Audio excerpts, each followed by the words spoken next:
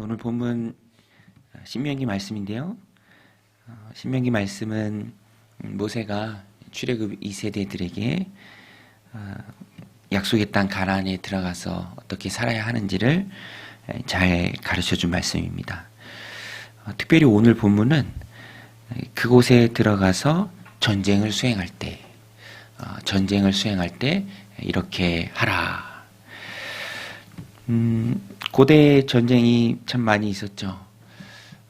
오늘날에도 마찬가지입니다. 혈과 육이 싸우는 그런 전쟁도 있지만 마음의 전쟁이죠. 영적인 전쟁입니다. 그래서 오늘 이 말씀이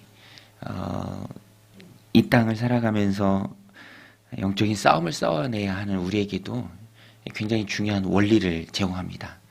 물론 이 말씀은 구약의 말씀이기에 율법을 완성하신 예수님 오신 이후로 이 말씀을 문자 그대로 적용할 수는 없죠. 그것은 당연한 것입니다. 그러나 원리는 우리가 그대로 받아야 하는데 그 원리가 무엇입니까? 싸우는 방법을 하나님이 알려주셨다라는 거예요. 이렇게 싸우라. 이렇게 싸우라. 먼저 싸움에 나아갈 때 적군을 봅니다. 그런데 숫자가 많아요. 그럴 때에도 두려워하지 말라. 왜냐하면 지금까지 여기까지 인도하신 그 하나님이 너와 함께 하신다라는 거예요.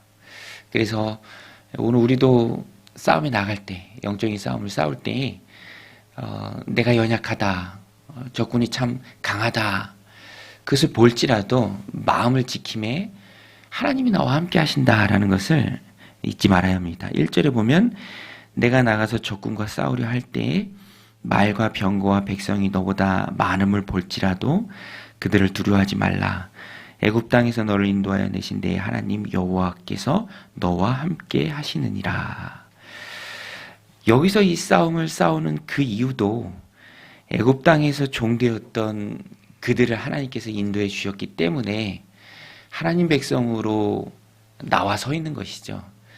그것을 잊지 말고 기억하며 하나님이 함께 하심을 의지하라라는 것입니다.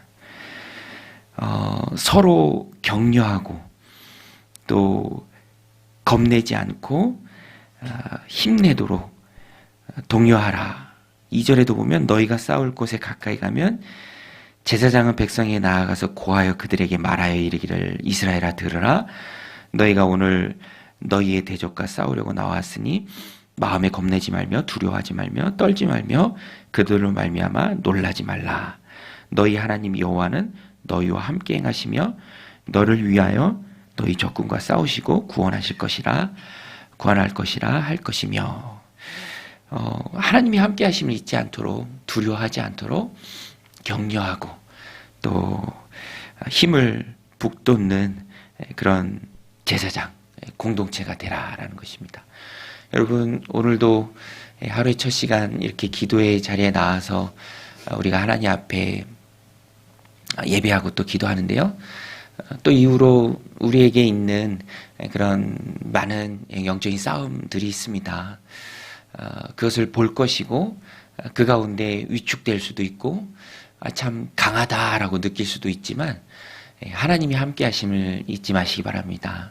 여기까지 인도하시고 우리의 삶을 지켜주신 그 하나님께서 우리와 함께 행하시고 우리를 위하여 싸우실 줄로 믿습니다. 우리는 영적인 싸움에 임하면서 그것을 늘 기억해야 합니다.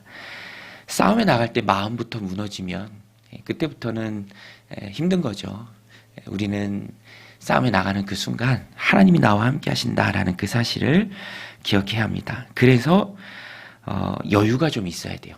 우리 아버지 하나님이 우리와 함께 하시고 지켜주시고 여기까지 지킨 것이 사실이고 이 싸움에도 이길도록 하나님이 싸워주실 터인데 우리는 여유가 있어야 합니다. 그래서 5절부터 말씀해 보면은 면제 대상자들이 나와요. 돌아갈 자들은 돌아가게 하라.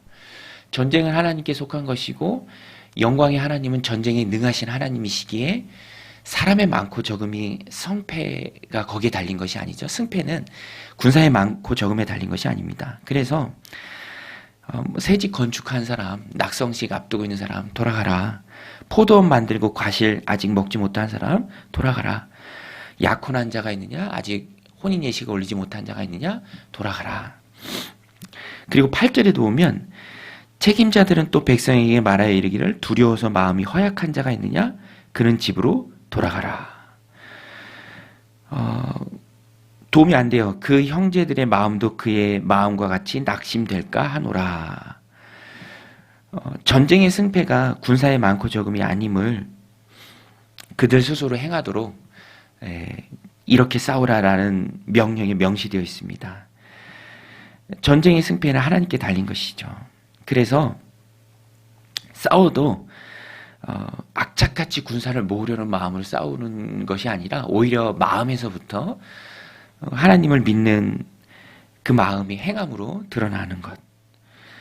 또 이제 멀리 나가서 전쟁을 할 때는 하나님께서 먼저 화평하기를 우선하라라고 말씀하세요. 11절에 보면 그 성읍이 만일 화평하기로 화답하고 너를 향하여 성문을 열거든 이렇게 화평의 기회를 주라. 하나님 명령입니다. 그런데 그 기회를 먼저 주고 그 후에 화평하기를 원하지 않거든 그 후에 또 이렇게 취하는 방법도 하나님께서 말씀해 주시죠.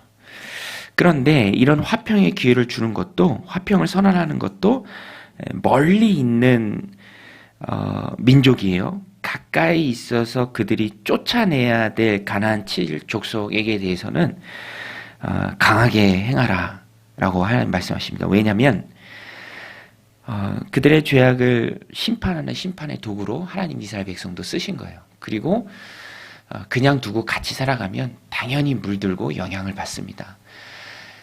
그냥 섞여서 사는 것이 목적이 아닙니다. 그냥 살면 어디서든지 살죠. 하나님이 정해주신 그 가나안 땅에서 하나님의 백성으로 하나님 백성의 정체성을 가지고 살아가기에 전쟁이 필요한 것이고 그러기 위해서 단호하고 또 강하게 나가야 할 것을 가나안 땅에 대해서는 하나님이 강하게 단호하게 양보하지 않고 말씀해 주십니다. 그래서 16절에 보면 굉장히 강한 말씀인데요. 16절에 오직 내 하나님 여호와께서 내게 기업으로 주시는 이 민족들의 성읍에서는 호흡이 있는 자를 하나도 살리지 말지니 이게 헤렘을 말합니다. 헤렘. 진멸이라고 번역했죠. 진멸. 굉장히 잔인하게 받아들일 수도 있는 말씀인데요.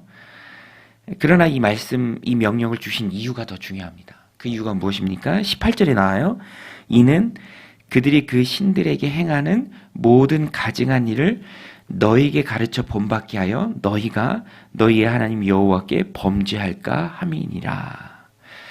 하나님 백성의 정체성을 가지고 그 땅에 들어가서 살아야 할 이스라엘 백성들이 그 가나안의 종교, 가나안의 문화, 가나안의 폐역함을 영향받고 또 본받을까 하나님께서는 염려하신 것입니다. 그렇게 해서는 안 되죠. 그래서 하나님께서는 초기에는 처음에는 헤렘, 진멸을 명하십니다.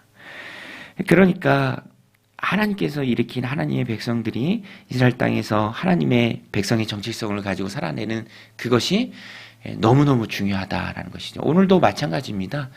오늘 우리는 하나님 백성이에요. 하나님 백성의 정체성을 가지고 세상에 침투해서 그 세상을 변혁시키며 살아가야 할 하나님의 자녀들입니다. 그래서 하나님의 방법으로 살아야 합니다. 싸워도 하나님의 방법으로 싸워야 하고요. 세상의 방법과 다른 방법으로 살아야 합니다. 하나님을 통해서 만족을 얻어야 하고 하나님과 함께 행해야 하고 하나님과 함께 행함을 믿어야 하고 그래서 뒷부분에도 보면 좀 소소한 내용 같은데 전쟁할 때 수목 처리 규정도 하나님 말씀해 주세요. 들의 수목이 사람이냐 그거 함부로 베지 말라. 과목이면 너희가 들어가서 또 취해야 할 열매인데 전쟁이 목적이 아닌데 그것까지 다 베버리면 어떡하느냐. 20절에 다만 과목이 아닌 수목은 찍어내어 너희와 싸우는 그 성읍을 치는 기구를 만들어 그 성읍을 함락시킬 때까지 쓸지니라. 윗부분에도 또 들의 수목이 사람이냐 너희가 어찌 그것을 애워싸겠느냐. 과목의 열매를 먹는 것 잊지 말아라. 그러니까 하나부터 열까지 오늘 말씀은 너희가 그 땅에 들어가서 싸워야 하고 또 쫓아내야 하고 또 거기서 머물러 살아야 하는데 너희의 방법도 아니고 인간적인 방법도 아니고 하나님의 방법대로 하라라는 말씀이죠. 마음으로 하나님과 함께 하심을 굳게 믿고 또 그 마음에 믿는 대로 행하고 또 그 땅에 하나님의 백성으로 살아가야 하는 그 목적을 잊지 않고 기억하고 철저하게 끊어내는 것. 그래서 오늘 말씀을 우리가 우리 삶 가운데 적용할 때 우리도 세상의 방법과 다르게 살아야 한다라는 것입니다. 하나님을 통해서 만족을 얻는 게 중요하죠. 그래서 오늘도 우리가 하나님 주신 삶을 살아갈 때 먼저 우리의 마음을 잘 다스려야 합니다. 이렇게 대할 때 영적인 전쟁이 임할 때 또 마음의 전쟁이 우리 안에 있을 때 우리의 마음이 격동될 때 항상 먼저 드는 마음이 있어요. 가만두지 않을 테야. 그죠? 이거 참지 않을 테야. 이런 항상 먼저 드는 그런 확 떠오르는 그런 마음이 있어요. 이것은 우리가 바로 볼 수 있어야 합니다. 그것은 내 생각일 수도 있고요. 세상의 상식일 수도 있고 나의 방법일 수도 있습니다. 그런데 하나님은 분명히 말씀하세요.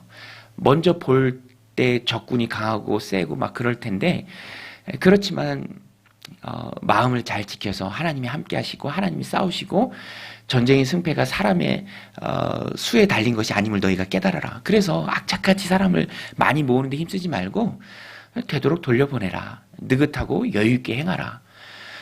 우리가 우리의 마음을 잘 지켜야 합니다.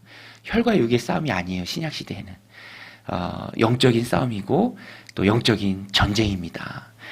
그래서 하나님의 방법으로 싸우는 것이 참 중요합니다. 이겨도 하나님의 방법으로 이겨야 우리가 하나님 백성의 정체성을 가지고 세상을 살아가고 그것을 보여줄 수 있는 것이죠.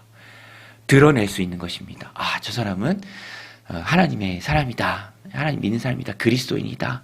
그리스도를 품고 그 그리스도를 드러내는 사람이다. 라는 것을 전쟁터에서 우리가 보여줄 수 있어야 합니다. 전쟁이 목적이 아니라 하나님의 백성으로 살아내는 게 목적입니다. 그래서 나를 유혹할 수 있는 것들, 악한 것들, 그러나 내 주변에 있는 것들에 대해서는 우리가 본받지 않도록 철저하게 끊어내야 합니다. 그리고 싸워도 싸움 이유를 생각하면서 싸워야죠. 목적이 전쟁이 아니라 하나님의 백성으로 살아내는 것이 목적이다라는 것입니다. 오늘 이 말씀 마음에 새기고 우리가 한 가지 마음에 새겨야 할 문장, 싸워도 하나님의 방법으로 싸워야 한다. 내 힘으로 싸워서 세상의 방법으로 이긴다 한들 무엇이 남겠습니까? 전투에서는 이겨도 전쟁에서는 진다는 말 있잖아요. 우리가 이겨야 할 것은 큰 그림의 전쟁입니다. 그것이 진짜 승리죠. 그래서 어떤 경우에는 그런 말도 하잖아요. 싸우지 않고 이기는 거. 그것도 참 큰 승리죠. 오늘 이 말씀 마음에 새기고 하나님의 방법으로 싸우는 지혜가 오늘 저와 여러분들 가운데 있기를 소원합니다. 그래서 하나님 주신 승리를 맛보는 복된 하루 되시기를 주님의 이름으로 간절히 축원드립니다. 우리 같이 말씀 붙들고 기도하며 나아가겠습니다.